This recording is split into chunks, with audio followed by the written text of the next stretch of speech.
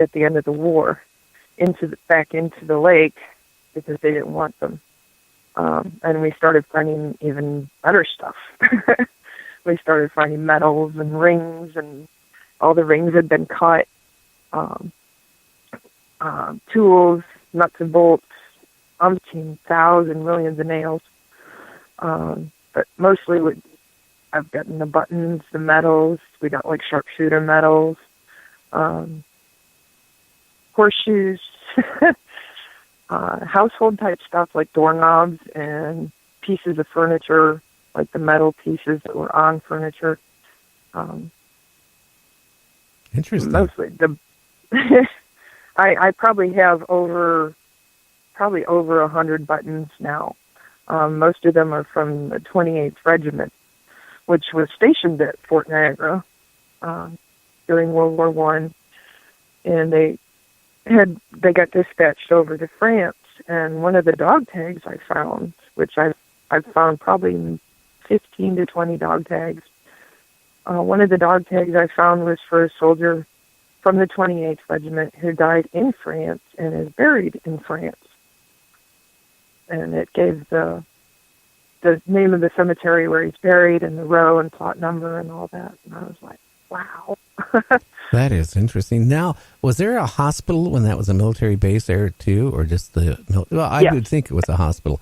I'm wondering if some of this stuff is from when the patients passed on. Because a lot of them came back from World War I, and a lot of them died. From the wounds. A lot of them died, and a lot of people don't realize it. Mustard gas. It would destroy their lungs, and if they got hit with mustard gas. A lot of them would come back and they would die within a few months. And, when you're talking about rings and medals like that. That's why I think all the rings were cut, because I think they were cut off the bodies. Every single ring we found was cut. The stones were gone. The rings were cut at the underside, always in the same place. I did finally realize that if that guy had died over there and he's buried over there, why was his dog tag over here? And then it dawned on me that their footlockers were shipped back here, and nobody claimed them. So they just dumped it. So we found a lot of footlocker locks, those latch locks, and so we think they just bulldozed everything into the lake because nobody wanted it. Boy, they sure didn't think about environmental back then, did they? No, they didn't. They still don't. No. Oh, I don't know. I guess we don't have any crisis according to somebody in Washington, D.C. going on, and we do, believe me.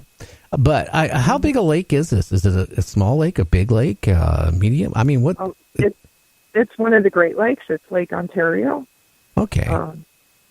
So it's pretty deep. It's pretty big. There's a lot of sunken ships out there. And being so close to Fort Niagara, a lot of ships were sunk during wars, battles. So we do find older stuff. I found half of a handcuff from the 1800s, which is really cool looking because it looks so different from the handcuffs we have now. I mean, what do the old handcuffs look like? It's kind of the part that closes around your wrist to hold you in there is almost an S shape instead of just a round cuff on your wrist.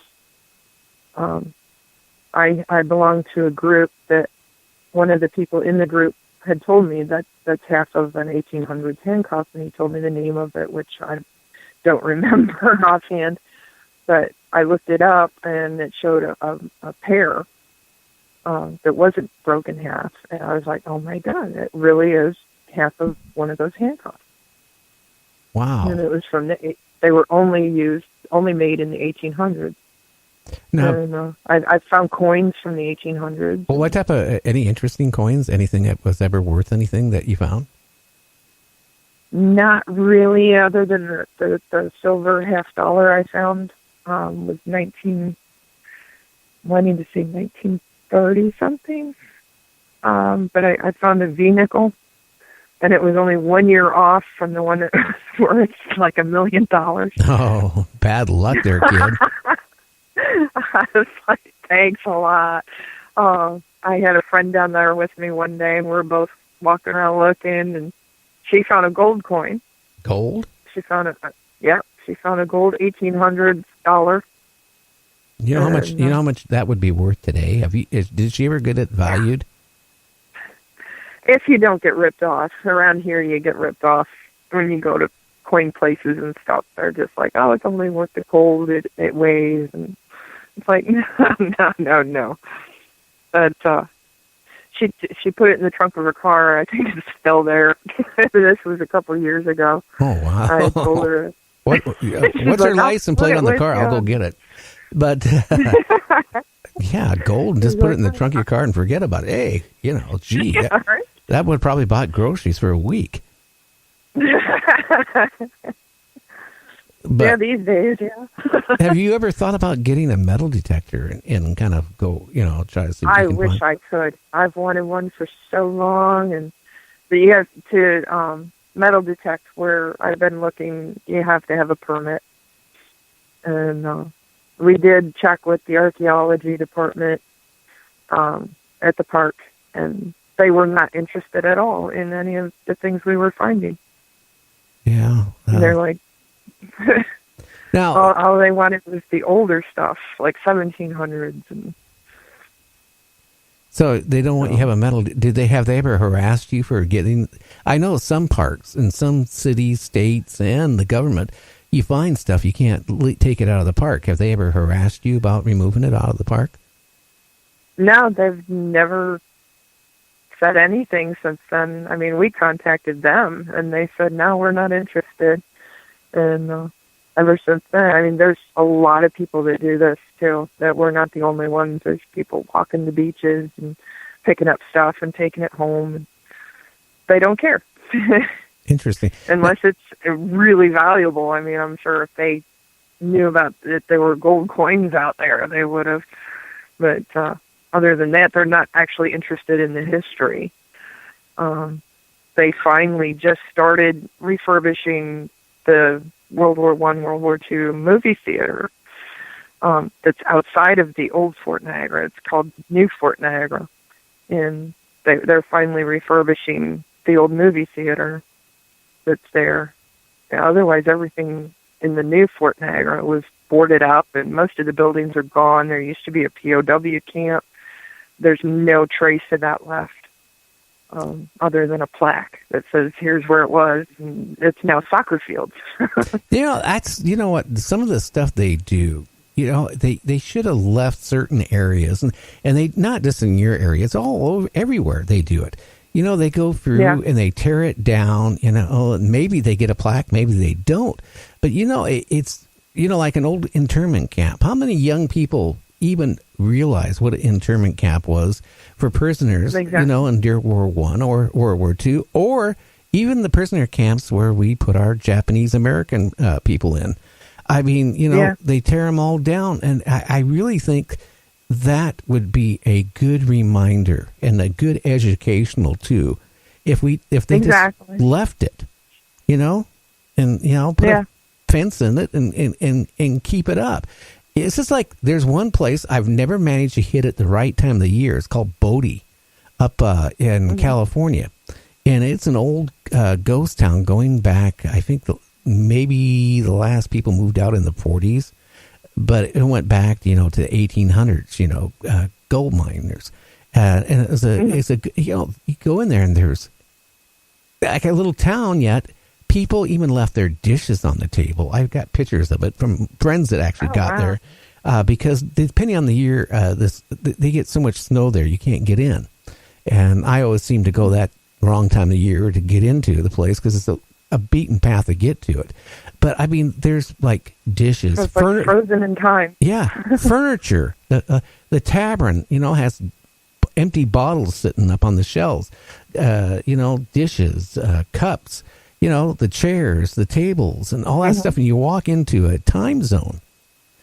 Yeah, it's like some of the ghost towns out west. When went to one in Wyoming, and I was peeping through the dusty windows on the buildings that were locked, and the stuff in there was incredible. I was like, God, why isn't this open? Why can't people see this stuff and learn about it? They need to. And I always told my daughter, I said, if they ever refurbish some of these buildings at the newer fort where the World War I and up soldiers had been stationed, I would love to build a display and so people could see what I found. Because otherwise, they really don't have anything to show people. No, and young people. Like, you asked about paranormal stuff too. One of the medals I have probably 5 or 6 medals besides the sharpshooter medals. Excuse me. And we did an SB7 session in the room I had all this stuff displayed in. And we had a friend staying the night with us, and we went in there, and I asked if there was any attachments to any of the stuff I had found.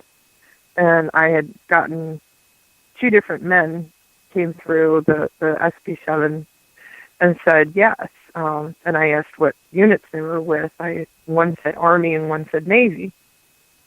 And I asked if anything in the room had belonged to them, and the one man said yes, metal. And I thought he was saying metal, like metal. And then it dawned on me, I said, oh, he means metal, medal.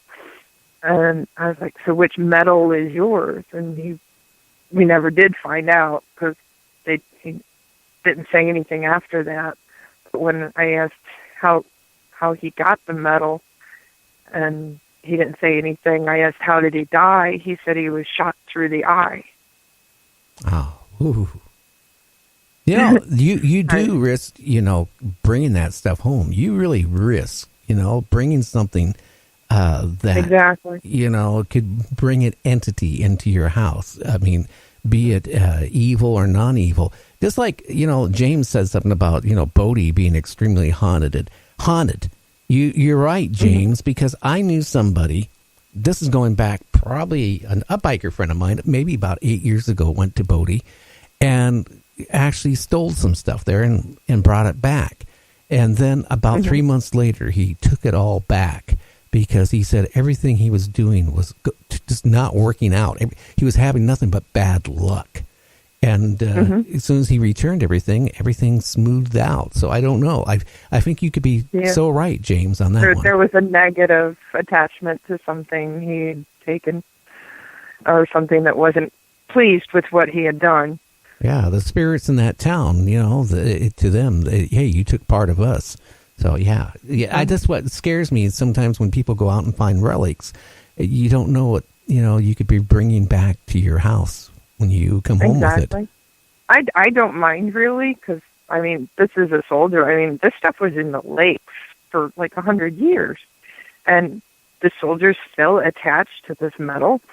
It was amazing to me. I was thrilled, and to learn how he had died, and it was so painful. And they talked about bloody battle, and it was interesting and just, I don't know, it's just really awesome to hear from the person themselves from 100 years ago what happened to them. Yeah, that's the scary part. But it doesn't always happen with relics, though. It can also happen with stuff you get at a used store, something you find somebody else threw out. Like we found this beautiful golden statue from the 1970s that someone had tossed out on the side of the road. And so we brought it home, and not thinking there could be something wrong with it, we set it up in the living room. And then we noticed our one cat would not set foot in the living room. And he would stare at that statue, and he would not go in the living room. And we'd pick him up and take him in the living room and sit him in our lap. And he would struggle, and as soon as he got out of the living room, he'd turn around and stare. And so we moved the statue to a side room where it was hardly seen, and it was more like a storage area. And things started falling in there and breaking. Like I had pictures on the walls and they would fall and break. And it was mad because I put it in that room. And as soon as I brought it back out of that room and put it in the dining room, stuff stopped